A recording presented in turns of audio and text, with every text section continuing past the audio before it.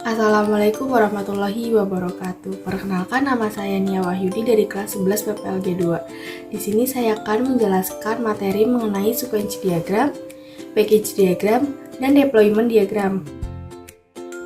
Pertama-tama saya akan menjelaskan mengenai apa itu diagram sequence. Definisi diagram sequence yaitu diagram visual yang menunjukkan interaksi objek dalam urutan waktu. Kemudian kegunaan sequence yaitu memudahkan pemahaman aliran pesan untuk proses fungsi dan program. Kemudian untuk aplikasi bisnis yaitu untuk memodelkan proses bisnis dan alur komunikasi dalam sistem organisasi. Kemudian ada simbol-simbol sequence diagram. Yang pertama yaitu ada lifeline. Digunakan untuk menggambarkan objek-objek yang terlibat dalam interaksi yang digambarkan. Kemudian yang kedua ada message. Message adalah pesan yang dikirimkan dari sebuah objek ke objek yang lain. Pesan digambarkan dengan anak panah. Kemudian yang ketiga yaitu ada self message, adalah pesan yang dikirimkan untuk sebuah objek ke objek itu sendiri.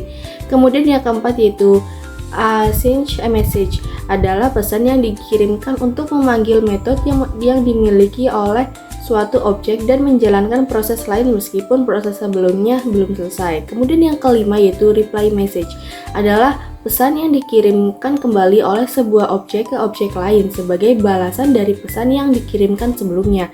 Kemudian yang keenam yaitu ada create message, adalah pesan yang dikirimkan untuk membuat sebuah objek baru. Dan yang ketujuh yaitu adalah async signal message, adalah pesan yang dikirimkan untuk melakukan sinkronisasi dari sebuah device pengirim dan penerima. Kemudian yang terakhir ada delete message, adalah pesan yang digunakan untuk menghapus sebuah objek. Objek yang dihapus oleh pesan jenis ini akan diberi tanda X. Kemudian manfaat sequence diagram dalam pengembangan perangkat lunak yaitu yang pertama komunikasi tim untuk mempermudah pemahaman antar developer dan analis sistem.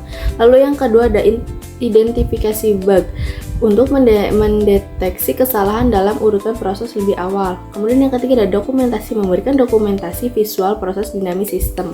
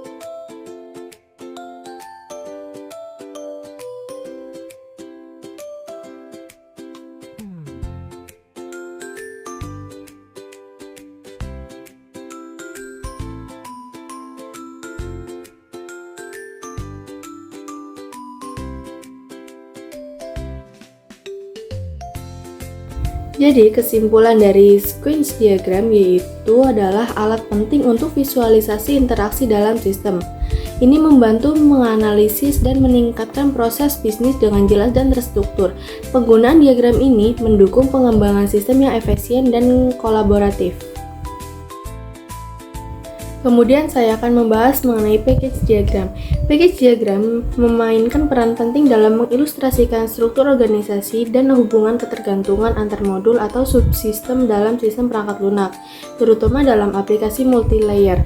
Diagram ini memperlihatkan berbagai level sudut pandang sehingga membantu memahami kompleksitas sistem secara keseluruhan.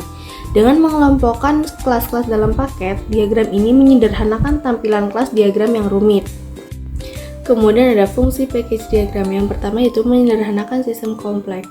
Package diagram membantu mengorganisasi kelas-kelas dalam sebuah sistem besar agar lebih mudah dipahami dengan mengelompokkan mereka ke dalam paket yang logis. Lalu yang kedua ada menunjukkan hubungan ketergantungan. Dengan simbol anak panah putus-putus, diagram ini mengilustrasikan ketergantungan antar paket yang mungkin mempengaruhi perubahan sistem. Lalu yang ketiga ada memvisualisasikan multi-layer system, menggambarkan struktur dengan level pandangan berbeda, memudahkan pemahaman sistem yang memiliki arsitektur berlapis. Kemudian ada simbol-simbol package diagram. Yang pertama ada package. Package digambarkan dengan sebuah persegi panjang yang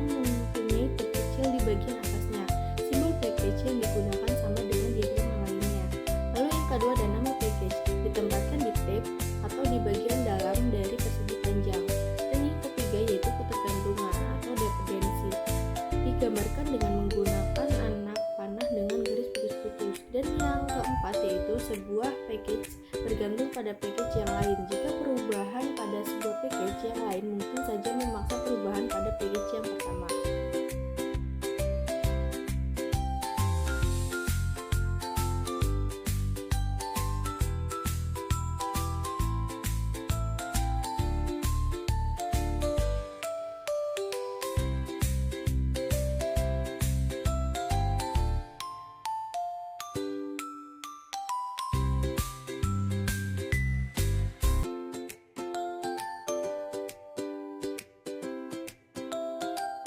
Kemudian manfaat menggunakan package diagram, yaitu yang pertama dari sederhanakan visualisasi, memudahkan pengembang untuk mengelola dan memahami hubungan antar kelas yang kompleks dalam sistem berukuran besar. Lalu yang kedua ada mendukung pengembangan modular, memfasilitasi pengelompokan kelas berdasarkan fungsionalitas, mempermudah pemeliharaan dan evolusi aplikasi. Kemudian ada kesimpulan dan langkah selanjutnya package diagram. Yang pertama yaitu pahami fungsi paket, memastikan kemudahan pemahaman dan pengelolaan proyek sistem yang kompleks. Lalu yang kedua, gunakan simbol standar, mengikuti konvensi membuat komunikasi tim lebih efektif dan diagram konsisten. Dan yang ketiga itu, manfaatkan tools diagram, menggunakan perangkat lunak seperti StarUML untuk efisiensi dalam pembuatan dan pemeliharaan diagram. Dan yang terakhir itu terus mengoptimalkan perbarui diagram seiring perkembangan sistem agar selalu relevan dan akurat. Selanjutnya saya akan membahas mengenai deployment diagram. Deployment diagram adalah sebuah diagram penting dalam pemodelan sistem berorientasi objek yang memvisualisasikan aspek fisik dari sistem tersebut. Diagram ini menunjukkan bagaimana komponen perangkat keras dan perangkat lunak diatur dan saling berinteraksi secara fisik saat sistem dijalankan. Memahami deployment diagram sangat penting bagi mahasiswa dan profesional IT untuk merancang dan mengelola struktur sistem secara efektif. Tujuan deployment diagram ini yang pertama yaitu menampilkan struktur sistem. Diagram ini menggambarkan struktur sistem saat sedang dijalankan, memperlihatkan penyebaran komponen perangkat lunak di berbagai node perangkat keras. Lalu yang kedua yaitu menampilkan perangkat keras, memvisualisasikan perangkat keras yang digunakan serta relasi penghubung antar perangkat untuk mendukung implementasi sistem. Dan yang ketiga yaitu memodelkan jalur komunikasi, menunjukkan komunikasi fisik dan jalur data antar elemen perangkat keras dalam sistem. Dan yang terakhir yang keempat yaitu perencanaan arsitektur sistem dan dokumentasi, digunakan untuk merencanakan arsitektur serta sebagai dokumentasi deployment komponen perangkat lunak dan node. Kemudian simbol utama dalam deployment diagram yang pertama yaitu ada nodes. Nodes digambarkan sebagai balok yang mewakili perangkat keras atau perangkat lunak, di mana satu node bisa ditempatkan di dalam node lain sebagai hierarki. Lalu yang kedua ada asosiasi. Asosiasi adalah garis yang menghubungkan dua node untuk menggambarkan hubungan kerja antara perangkat keras atau perangkat lunak tersebut. Dan yang ketiga yaitu ketergantungan atau dependensi. Simbol anak panah yang putus-putus yang menunjukkan bahwa keberadaan satu node tergantung pada node lainnya.